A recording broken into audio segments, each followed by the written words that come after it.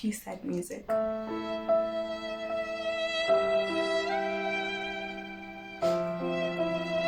So, the night before last, I decided I was going to edit one of the most long-standing projects that have been going on in the background, and that is the part 2 to my Sculpt with Me video, and discovered that the footage is gone.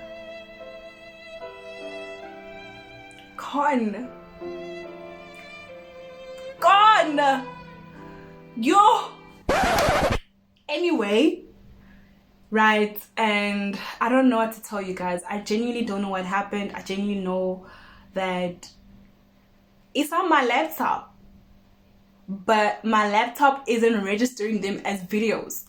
Okay, I don't know what it is. If you guys can figure it out, tell me. Okay, we can always fix it if we can. I don't know.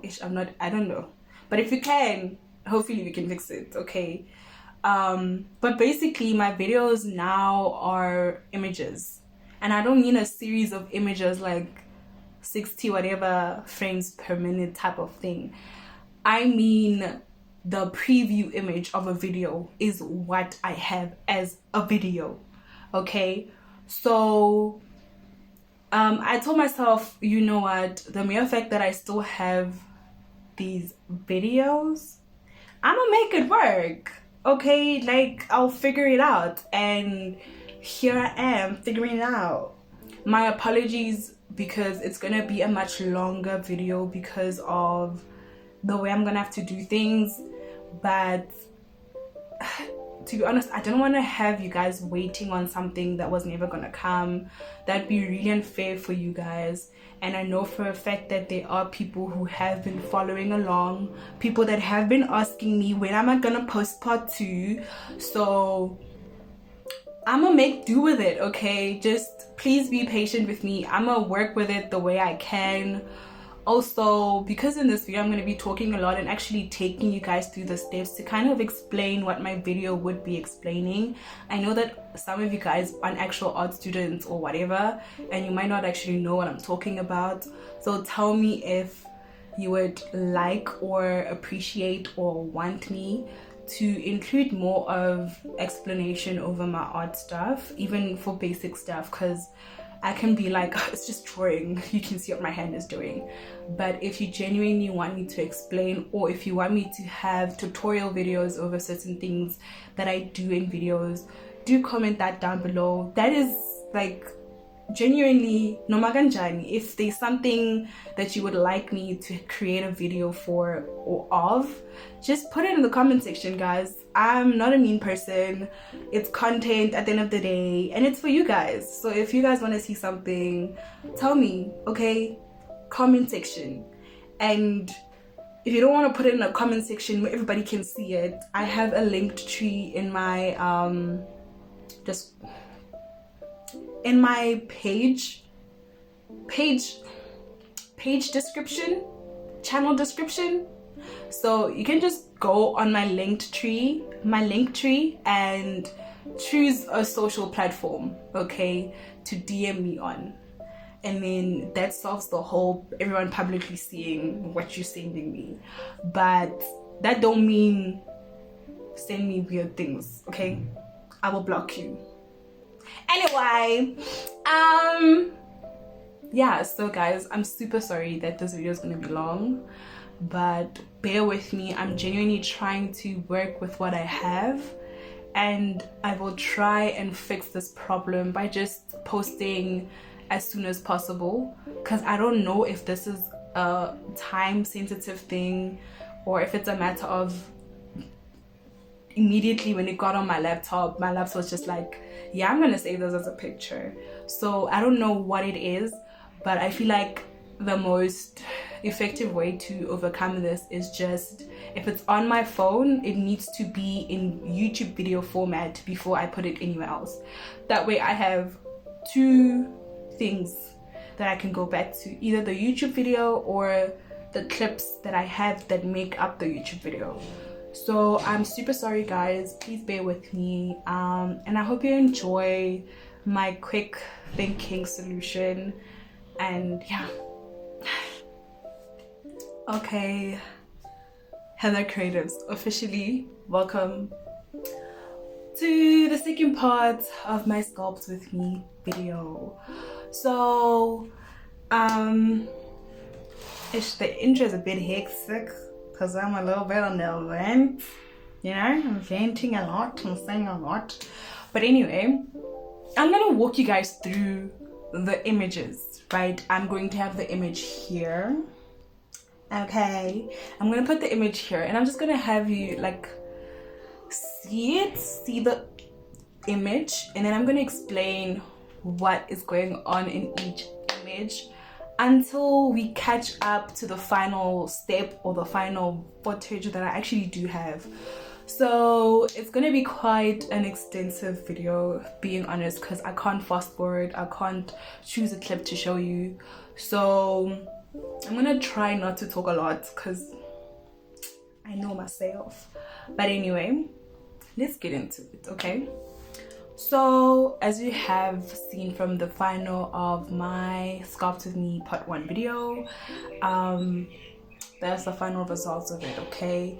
So we use plastine and oil-based clay, right?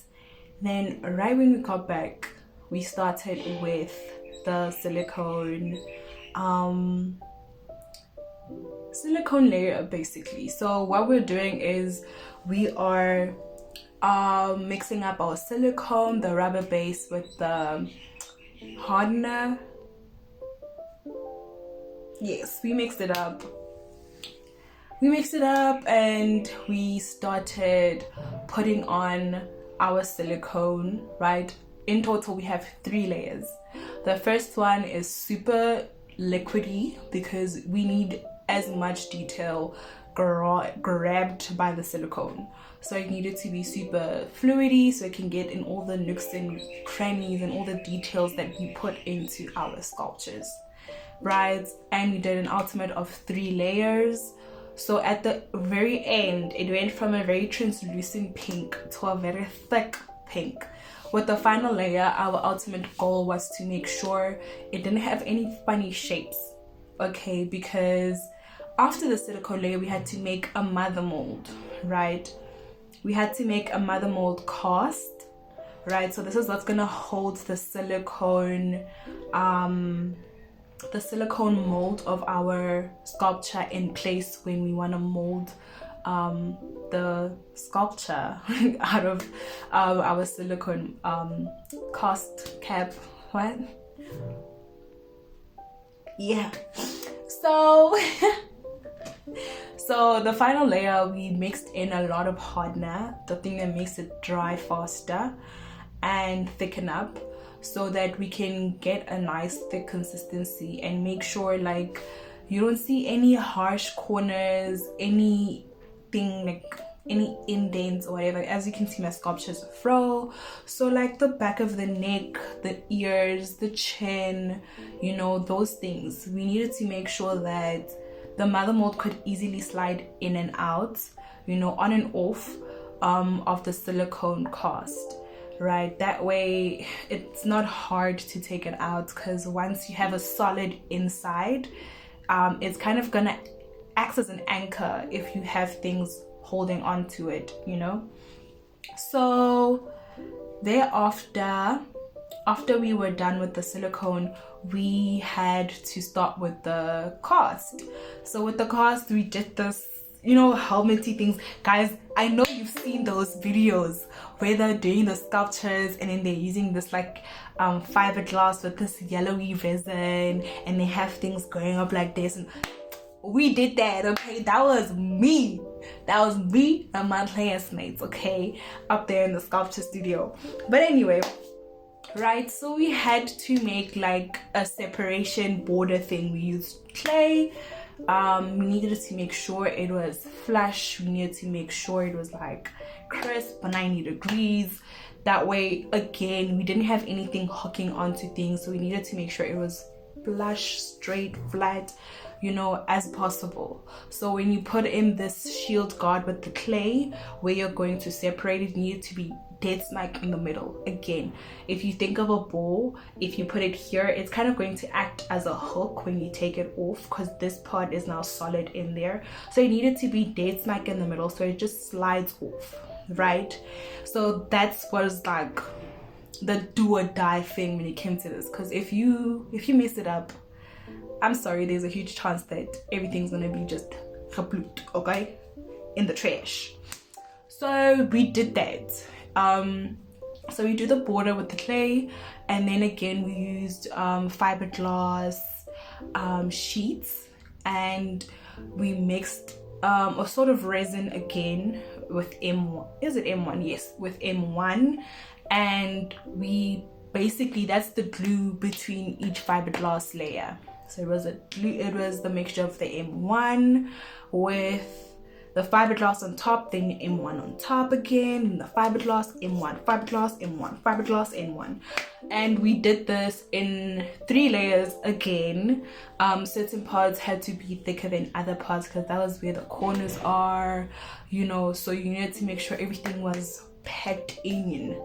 Okay, then once that was done, you remove the clay, you add some lubricant or some release agent, which is, this case was Vaseline, and then you do the other side.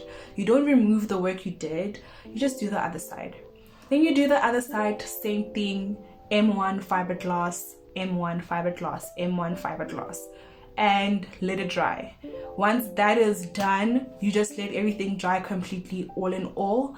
And they use this grinder they use the grinder to cut off all the excess on the corners, drilled in some holes on the side on the little rim that we had, and then that's where you put in your screws and bolts and whatnot to tighten it and make sure everything is okay, so that when you pour in to the silicone cast, it wouldn't move, right? So there afterwards, we had to remove the plastine clay inside the silicone. So the original sculpture from the beginning, we had to now remove. So we take apart this M1 cast, and then we had to cut into the silicone. We had to be very strategic of where we cut the silicone because it might leave a seam line. So it can't be in a place that has too much detail, like your face, then your eye has a seam line, you know. My seam line is right here by the ear and down. To be honest, I wanted it to be on the hair, but I forgot that my ear is kind of under my fro in the sculpture, so it kind of missed it a bit, but that's okay. Nothing we can't work with, right? So after we cut it, we needed to strategically remove the plastine inside the silicone cast. Once it was removed, we got to the next part, the next stage of the show. Okay, and then at this point, this is where we were now mixing in our M1 again, right? But this time with color and without the fiberglass, right? It was purely just M1. And I decided to do like an ombre of a lighter gray and a darker gray, right? Not too dark, but a darker gray than the light gray that I used. And it didn't work out at the end. I wish you guys could see the actual footage because the footage looked so promising compared to the end product. But anyway, then we mix it in, we mix it, and then we pour it into the silicone mold. Again, when we did this, we had to put the silicone mold inside the M1 cast, and then put in the screw and bolts and make sure it's tight, okay? Make sure that everything sits well in its place before we put in the M1. And then we put in the M1, and then you had to tap to make sure all the air bubbles are out and as much detail is captured, right? So tap, tap, tap, tap, tap, tap, tap until you're tired. Not until your heart content, because you don't know nothing at this point. You don't know what's possible. So you tap, tap, tap, tap, tap until your arms are tired, and then tap some more. Okay? Okay, right? And then I did this on a Friday morning. Okay, we didn't have class that day for sculpture specifically. We had visual theory at 10, as usual. But anyway, came in early that day to do the M1 pouring into the silicone. And yeah, we had to wait over the weekend to make sure that it was dry and ready for us on the Tuesday that we came in. The Tuesday when you come in, you take out the new sculpture that you casted using your silicone mold, right? And I wasn't as happy with the results because it looked like I had a tear going on. But it's fine. It's fine. You know, I can't even say it works with the concept because anyway, then came like during that weekend, you have to make sure your conceptualization was done and to the T, okay? We did our conceptualization, and you now had to take this newly molded sculpture and add to it, you know, make it something you can work with, you know, because the silicone mold that we did, the silicone cast that we made is reusable. You can reuse it however many times you want. It's just what you do after it that, you know, really counts. So we had to conceptualize. We had to bring an idea and work it into this newly casted sculpture, right? Portrait sculpture, whatever. And with that being said, we now go in and fine. Conceptualize, and I'm like, okay, I think I got it. I wanted this kind of, not necessarily dystopia type of feel, but like, you know, when you have this rundown building, forest and nature takes over type of vibe. You have the concrete, you have the exposed wiring or support system of buildings sticking out and all of that. And then that's what I wanted, right? But I wanted it to kind of communicate this idea of, even though like it's an unfinished project or it's something that you know how people grow and so on and so forth, and it's like, yeah, it was rocky there, it was hot there, it was very much unfinished, but I lived through that type of thing. And now as I'm growing, as I'm developing, I'm becoming more and more polished, more and more prim, you know. And I wanted to incorporate greenery because that kind of symbolizes growth, you know, and that's what I wanted. I wanted to symbolize growth. And then after having a sit down with my lecturer, I decided to add on to that and kind of make it a mountain to symbolize the journey of making it to the top, you know, of becoming, right? That's what I actually titled the sculpture at the end of the day, Becoming, right? In brackets, still I rise. So that's what I did, guys. So to create this, right, that was the concept. Now I needed to create it. So now we have a bust, right, smack there by the shoulders, right? That's where I cut it off. So now I had to think, how am I going to create this mountain from the shoulders down? And I'm consulting with my lecturers, I'm consulting with the technical assistant in the studio, I'm consulting, okay? And we decide to use expanding foam. We put my sculpture upside down in this bucket and we put in plastic where we don't want the foam to be attached to. Then we spray the foam, spray it all up in there. Then it starts expanding. I ended up having to leave early that day because no matter how long I waited, the foam was still expanding and not drying out. So I was like, you know what? Tomorrow's still another day. So tomorrow it is. The next day comes along and I'm starting to cut out things, make sure the bottom is as flat as possible and my sculpture isn't leaning, you know. Then after that, I start shaping this mountain. I start shaping. I needed to consult again on how do I attach foam on foam. I ended up using wire to attach little foam pieces on it to kind of create this mountain shape. I wanted it to be as organic as possible so that I wouldn't need to like go mad over it. And then once I got the shape of the mountain, I went in and used M1 and fiberglass sheets again, except the M1 this time wasn't left white. I tried matching the color of the portrait, right, of the M1 that I mixed to create the portrait. I tried creating that gray color again, and I used that. So I did one layer of M1 and fiberglass just to cover the little holes and the gaps between the foam, and for the M1 that I was going to use on the final coat to have something to sit on, you know, to have something to attach to.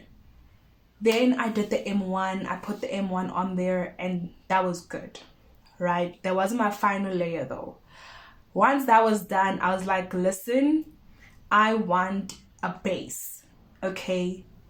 I went and I got a base, and I got advice from my technical assistant to cut the base to follow the contours of the mountain so that my sculpture doesn't seem so contained in the frame of the board, because it wasn't a large board.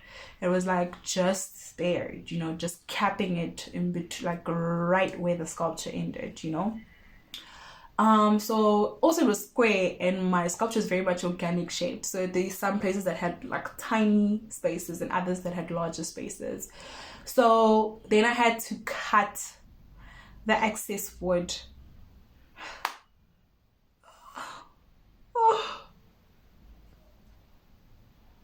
With a saw, right? With a handheld saw. And my arms were burning. My arms were burning, okay? But I got it done because your girl packing, okay? But anyway, I got to cutting, you know, and I got that nice shape. And then I decided to make it seem like, you know, it's a mountaintop that's like surrounded by other mountains, you know. So I had little peaks here and there of other mountains that I created with the remaining foam. And then once that was done, to make sure that the wood wasn't exposed, I covered it with the M1 mixture. So what I did was I had little chunks of M1 acting as rocks and building blocks. And that's what I added to it. And I added to it and I added to it and I put it in there. And then I had one final layer of M1 on top that kind of pulled it all together. Then came the artsy, the decorative part of this whole process.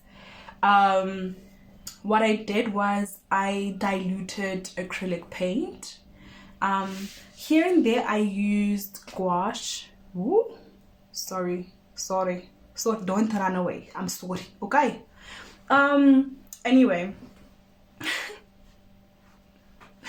Anyway I used diluted paint, acrylic paint, and I worked with a darker gray, I worked with a brown, and I worked with a mixture of a brown and a gray, right? And I was basically just randomly putting this color on. Here and there I had to take some off. I needed that dimension, right? I will put in a picture. I wanted that dimension, so I would put on, some places would be darker, some places would be lighter, and I would spray some water on it so that the color just kind of naturally went into this little nooks and crannies that were created with the M1.